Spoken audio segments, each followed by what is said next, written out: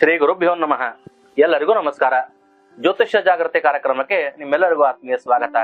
ನಾನು ಡಾಕ್ಟರ್ ಪವನ್ ಜೋಶಿ. ಇವತ್ತು ಅನೇಕರಿಗೆ ನೌಕರಿಯ ಸಮಸ್ಯೆ ಇದೆ. ವಿದ್ಯಾಭ್ಯಾಸ ಮಾಡಿರ್ತಾರ, ಸರಿಯಾದ ಸಮಯಕ್ಕೆ ನೌಕರಿ ಸಿಗ್ತಿರೋದಿಲ್ಲ, ಅಥವಾ ಇರುವಂತ ನೌಕರಿಯಲ್ಲಿ ಪ್ರಮೋಷನ್ ಇರೋದಿಲ್ಲ, ಸಮಾಧಾನ ಇರೋದಿಲ್ಲ, ಏನಾದ್ರೂ ತೊಂದರೆ ಅಡೆತಡೆಗಳಿರ್ತಾವ, ಬಹಳಷ್ಟು ಸಮಸ್ಯೆಗಳಿರ್ತಾವ. ಹೀಗಾಗಿ ಉದ್ಯೋಗ ಪರಿಹಾರಕ್ಕೆ ಸರಳ ಉಪಾಯಗಳು, ಒಳ್ಳೆ ಉದ್ಯೋಗ ಸಿಗಬೇಕು, ಇರುವಂತ ಉದ್ಯೋಗದಲ್ಲಿ ಸಮಾಧಾನ ಇರಬೇಕು ಅನ್ನುವ ವಿಷಯವನ್ನ ಇಟ್ಟುಕೊಂಡು ಇವತ್ತು ನಾ ಈ ವಿಷಯವನ್ನು ಮಾತಾಡ್ತಾ ಇದ್ದೆ. ಮೊದಲಿನ ಕಾಲದಲ್ಲಿ ಸಾವಿರಾರು ವರ್ಷಗಳಂತೂ 100-200 ವರ್ಷದ ಹಿಂದೆ ಹೋಗಿದ್ರು ನಾವು ಕೇವಲ ಕೃಷಿ ನಮ್ಮ ಭಾರತದ ಸಂಪಾದನೆ ಆಗಿತ್ತು. ಕೃಷಿಯನ್ನು ಹೊರತುಪಡಿಸಿದರೆ ಸ್ವಲ್ಪ ಪ್ರಮಾಣದ ಜನರು ನೌಕರಿಯನ್ನು ಮಾಡ್ತಾ ಇದ್ರು. ಬಹಳ ಅಲ್ಪ ಜನರು ವ್ಯಾಪಾರ ಉದ್ಯೋಗಗಳನ್ನು ಮಾಡ್ತಾ ಇದ್ರು. ಆದರೆ ಹೆಚ್ಚು ನಾವೆಲ್ಲ ಭಾರತೀಯರು ಅವಲಂಬಿಸಿದ್ದು ಕೃಷಿಯ ಮೇಲೆ, ಅಗ್ರಿಕಲ್ಚರ್, ಅದನ್ನ ನಾವು ಹೆಚ್ಚು ಅವಲಂಬಿಸಿರ್ತೇವೆ.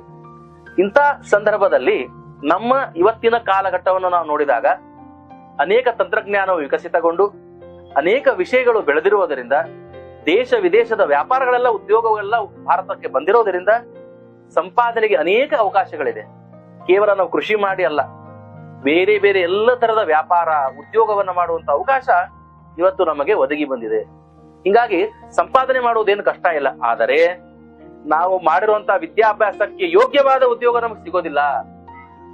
ಬಹಳಷ್ಟು ಕಷ್ಟಪಟ್ಟು ಬಹಳಷ್ಟು ದುಡ್ಡು ಖರ್ಚು ಮಾಡಿ ವಿದ್ಯಾಭ್ಯಾಸ ಮಾಡಿರ್ತೀವಿ, ಒಳ್ಳೆ ನೌಕರಿ ಸಿಗ್ಲಿಲ್ಲ ಅಂದ್ರೆ ಬೇಸರ ಆಗ್ತದೆ. ಸಮಾಧಾನಕರವಾದ ಉದ್ಯೋಗ ಸಿಗ್ಲಿಲ್ಲ ಅಂದ್ರೆ ಮನಸ್ಸಿಗೆ ತಾಪ ಆಗ್ತದೆ. ಹಾಗಾಗಿ ನಾನು ಇವತ್ತು ಬಹಳ ಸುಲಭವಾಗಿ ಮತ್ತು ಅತ್ಯುತ್ತಮವಾದಂತಹ ಪರಿಹಾರ ಉಪಾಯಗಳನ್ನ ಇಲ್ಲಿ ಸೂಚಿಸಲಿದ್ದೇನೆ. ಮೊದಲನೆಯದಾಗಿ, ಯಾರಿಗೆ ಈ ಉದ್ಯೋಗದ ಬಗ್ಗೆ ಒಂದು ವಿಷಯ ಹೇಳ್ತೇನೆ ನಿಮಗೆ. ಏನಂದ್ರೆ, ಉದ್ಯೋಗ ಸಿಗ್ತಾ ಇಲ್ಲ ಅಂತ ಅನ್ಕೊಡ್ರಿ. ನಿಮಗೆ ನಿಮ್ಮ ಪ್ರಯತ್ನಕ್ಕೆ ತಕ್ಕಂತೆ ಉದ್ಯೋಗಗಳು ಪ್ರಾಪ್ತಿ ಆಗ್ತಾ ಇಲ್ಲ. ನೀವು ಇಂಟರ್ವ್ಯೂ ಅಟೆಂಡ್ ಮಾಡ್ತೀರಿ, ನಿಮ್ ಉದ್ಯೋಗ ಸಿಗೋದಿಲ್ಲ, ಒಂದ್ ಬಿಟ್ಟು 4 ಅಪ್ಲೈ ಮಾಡ್ತೀರಿ, ಅವ್ರ ಕಡೆಯಿಂದ ರೆಸ್ಪಾನ್ಸೇ ಬರೋದಿಲ್ಲ. ಅದಕ್ಕೆ ನಾವು ಆರಂಭ ಪ್ರತಿಬಂಧಕಗಳು ಅಂತ ಕರಿತೀವಿ.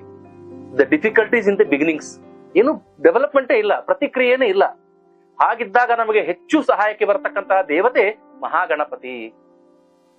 ಮತ್ತೆ ಕಾರ್ಯಗಳಲ್ಲಿ ಕ್ಷಿಪ್ರತೆಯನ್ನ, ಕ್ವಿಕ್ ಆಕ್ಸೆಸ್ ಅನ್ನ ಕೊಡ್ತಕ್ಕಂಥ ಅಧಿಪತಿ ಶುಕ್ರ ಗ್ರಹ. ಈ ಶುಕ್ರ ಗ್ರಹ ಮತ್ತೆ ಮಹಾಗಣಪತಿ ಎರಡು ಬಹಳ ಮುಖ್ಯವಾದದ್ದು. ಆ ಶುಕ್ರ ಗ್ರಹಗಳಿಗೆ ಸಂಬಂಧಪಟ್ಟಂತ ಧಾನ್ಯಗಳು ಅಂದ್ರೆ ಅವರೆಕಾಳು, ಬಿಳಿ ಬಣ್ಣದ ವಸ್ತ್ರ, ಸ್ವಲ್ಪ ತುಪ್ಪ, ಬೆಳ್ಳಿ, ಈ ತರದ ಏನಾದ್ರೂ ಪದಾರ್ಥಗಳನ್ನ ದಾನ ಮಾಡುವುದರಿಂದ ಪ್ರತಿ ಶುಕ್ರವಾರ, ಪ್ರತಿ ನಿತ್ಯ ನಾರದ ಮಹಾಮುನಿಗಳು ರಚಿಸಿರುವಂತಹ ಸಂಕಷ್ಟ ನಾಶನ ಗಣಪತಿ ಸ್ತೋತ್ರ ಬೇಕಾದಷ್ಟವ ನಿಮ್ಗೆ ಹೇಳ್ಬೇಕು ಅಂದ್ರೆ ಗಣೇಶ ಪಂಚರತ್ನ ಸ್ತೋತ್ರ ಅಂತದ. ಯಾವುದಾದ್ರೂ ಗಣಪತಿಯ ಅಷ್ಟೋತ್ತರ ಶತನಾಮಗಳನ್ನ ತಗೊಳ್ರಿ.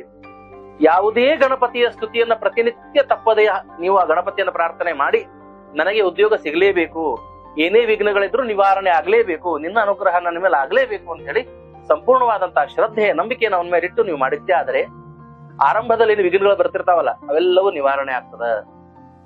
ನಿಶ್ಚಿತವಾಗಿ ನಿಮ್ಗ ಕೆಲಸ ಸಿಕ್ಕೇ ಸಿಗ್ತದ. ಇನ್ನು ಕೆಲವರಿಗೆ ಏನಾಗ್ತಿರ್ತದ ಅಂದ್ರೆ, ಅವರು ಅಪ್ಲೈ ಮಾಡ್ತಾರ, ರೆಸ್ಪಾನ್ಸು ಬರ್ತದ, ಅವ್ರು ಇಂಟರ್ವ್ಯೂ ಅಟೆಂಡ್ ಆಗೋ ಟೈಮಿಗೆ ಫಸ್ಟ್ ಲೆವೆಲ್, ಸೆಕೆಂಡ್ ಲೆವೆಲ್ ಅಲ್ಲೂ ಆ ನೌಕರಿ ಹೋಗ್ಬಿಡ್ತದೆ. ಅಥವಾ ಇದು ಕಾರ್ಪೊರೇಟ್ ಸೆಕ್ಟರ್ ಅಲ್ಲಿ, ಪ್ರೈವೇಟ್ ಸೆಕ್ಟರ್ ಅಲ್ಲಿ ಕರೀತಾರ, ಇಂಟರ್ವ್ಯೂ ಮಾಡ್ತಾರ, ಏನೋ ತಪ್ಪುಗಳನ್ನ ಹುಡುಕ್ತಾರ, ಅಥವಾ ಅವ್ರ ಸ್ಯಾಲ್ರಿ, ಇವ್ರು ಕೇಳೋ ಸ್ಯಾಲ್ರಿ, ಅವ್ರು ಕೊಡೋ ಸಂಬಳ ಮ್ಯಾಚ್ ಆಗೋದಿಲ್ಲ, ಬಿಟ್ಬಿಡ್ತಾರ.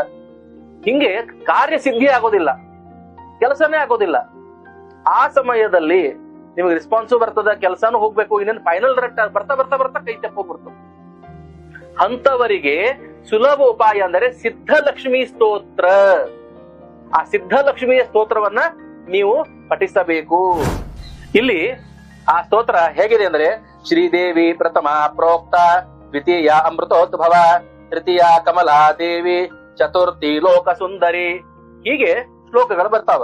ಇಲ್ಲಿ 6 ಶ್ಲೋಕಗಳನ್ನ ಹೇಳಿದ್ದಾರೆ. ಏನ್ ಹೇಳ್ತಾರೆ ಕೊನೆಗೆ ಅಂದ್ರೆ, ಬ್ರಹ್ಮಾಂಡ ಪುರಾಣೆ ಈಶ್ವರ ವಿಷ್ಣು ಸಂವಾದೆ ಶ್ರೀ ಸಿದ್ಧಲಕ್ಷ್ಮಿ ಸ್ತೋತ್ರಂ ಸಂಪೂರ್ಣಂ. ಅಂದರೆ ಅಲ್ಲಿ ಈಶ್ವರ ಮತ್ತು ಮಹಾವಿಷ್ಣುವಿನ ಸಂವಾದ ಪುರಾಣಗಳಲ್ಲಿ ಬಂದಾಗ, ಆ ಮಹಾವಿಷ್ಣು ಈಶ್ವರರು ಮಹಾವಿಷ್ಣು ಚರ್ಚೆ ಮಾಡಿದಾಗ ಇದು ಬರ್ತದ. ಏನಾದ್ರೂ ಕೆಲಸ ಆಗಬೇಕಾದಾಗ, ಎಷ್ಟೇ ಪ್ರಯತ್ನ ಪಟ್ಟರು ಪ್ರತಿಫಲ ಸಿಗ್ತೇ ಇಲ್ಲ ಅಂದಾಗ, ಕೆಲಸಕ್ಕೆ ಅಪ್ಲೈ ಮಾಡ್ತೇವಿ, ಎಫರ್ಟ್ ಹಾಕ್ತೇವಿ, ಲಾಸ್ಟ್ಗೆ ನಮ್ ತಪ್ಪಿ ಹೋಗ್ತದಂದ್ರೆ ಸಿದ್ಧಲಕ್ಷ್ಮಿ ಸ್ತೋತ್ರವನ್ನು ಓದ್ರಿ. ನಿಶ್ಚಿತವಾಗಿ ನಿಮಗೆ ಉದ್ಯೋಗ ಸಿಕ್ಕೇ ಸಿಗ್ತದ. ಇಂಥವೆಲ್ಲ ಬಹಳ ನೋಡಿ ಸರ್ ಆಗಿಲ್ಲ ಅನ್ಬೇಡ್ರಿ, ಶ್ರದ್ಧೆಯಿಂದ ಇದನ್ನ ಮಾಡ್ರಿ. ಕೆಲಸ ಸಿಗುವವರೆಗೂ ಗೋ ದಾನವನ್ನ ಮಾಡ್ರಿ, ಆಕಳಿಗೆ ಗೊಗ್ರಾಸ ದಾನವನ್ನ ಮಾಡ್ರಿ. ಸಿದ್ಧಲಕ್ಷ್ಮಿ ಸ್ತೋತ್ರ ಬಹಳ ಯಶಸ್ವಿ ಮತ್ತು ಶಕ್ತಿಯುಕ್ತವಾದಂತಹ ಸ್ತೋತ್ರ. ನಂಬಿಕೆಯಿಂದ ಶ್ರದ್ಧೆಯಿಂದ ಸ್ತೋತ್ರದ ಅರ್ಥವನ್ನು ತಿಳ್ಕೊಳ್ಳೋ ಪ್ರಯತ್ನ ಮಾಡ್ರಿ. ಈ ಶ್ಲೋಕ ಏನ್ ಹೇಳಲಿಕ್ಕೆ ಹೊರಟದ, ಅದು ನಿಮ್ಮಲ್ಲಿರೋ ಕೊರತೆಯನ್ನು ಪೂರೈಸ್ತದ, ನಿಮ್ಗೆ ವಿಶೇಷವಾದಂತ ಶಕ್ತಿಯನ್ನ ಅನುಗ್ರಹ ಮಾಡ್ತದ. ಇದು ನಿಮ್ಗೆ ಬಹಳ ಸಹಾಯಕ.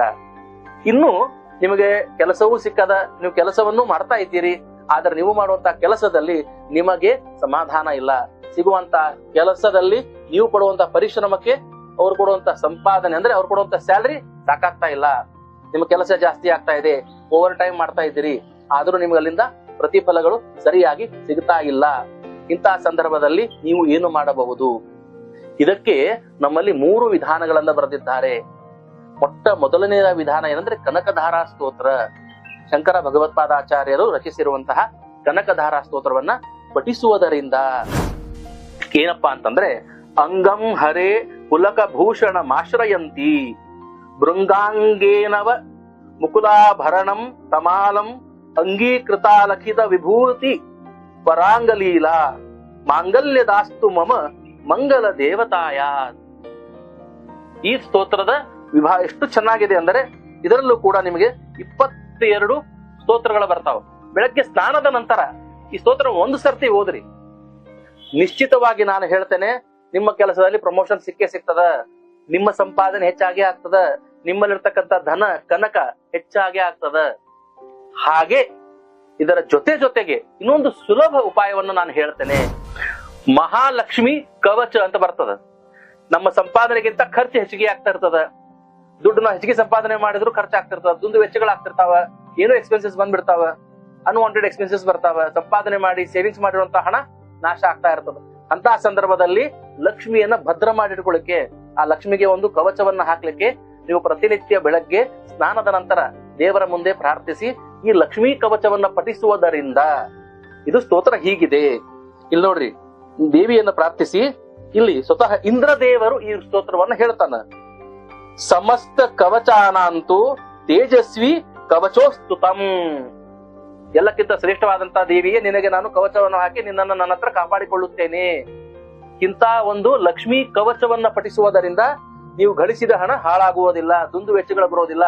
ಹಾಸ್ಪಿಟಲೈಸೇಷನ್ ಅನ್ಕೊಳ್ರಿ, ಪೆನಾಲ್ಟೀಸ್ ಅನ್ಕೊಳ್ರಿ, ಲೇಟ್ ಫೀಸ್ ಅನ್ಕೊಳ್ರಿ, ಅಥವಾ ಬೇರೆ ಬೇರೆ unwanted expenditures ಅನ್ಕೊಳ್ರಿ, losses ಅನ್ಕೊಳ್ರಿ, accident breakages ಅನ್ಕೊಳ್ರಿ, ಇಂಥವೇನು ಸಮಸ್ಯೆ ಬರೋದಿಲ್ಲ.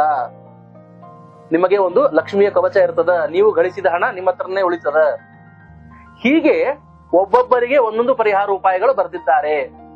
ದಯವಿಟ್ಟು ನಾನು ಹೇಳಿರುವಂತಹ ಪೂಜೆ ವಿಧಾನಗಳನ್ನ ನಿಮಗೆ ಡಿಸ್ಕ್ರಿಪ್ಷನ್ ಅಲ್ಲಿ ಕೊಡ್ತೀವಿ. ಶ್ರದ್ಧೆಯಿಂದ, ಭಕ್ತಿಯಿಂದ, ಎಲ್ಲಕ್ಕಿಂತ ಮುಖ್ಯವಾಗಿ ನಂಬಿಕೆಯಿಂದ ಇದನ್ನು ಮಾಡ್ರಿ.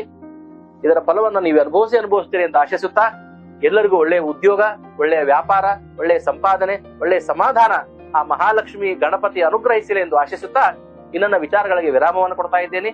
ಎಲ್ಲರಿಗೂ ನಮಸ್ಕಾರ, ಧನ್ಯವಾದಗಳು.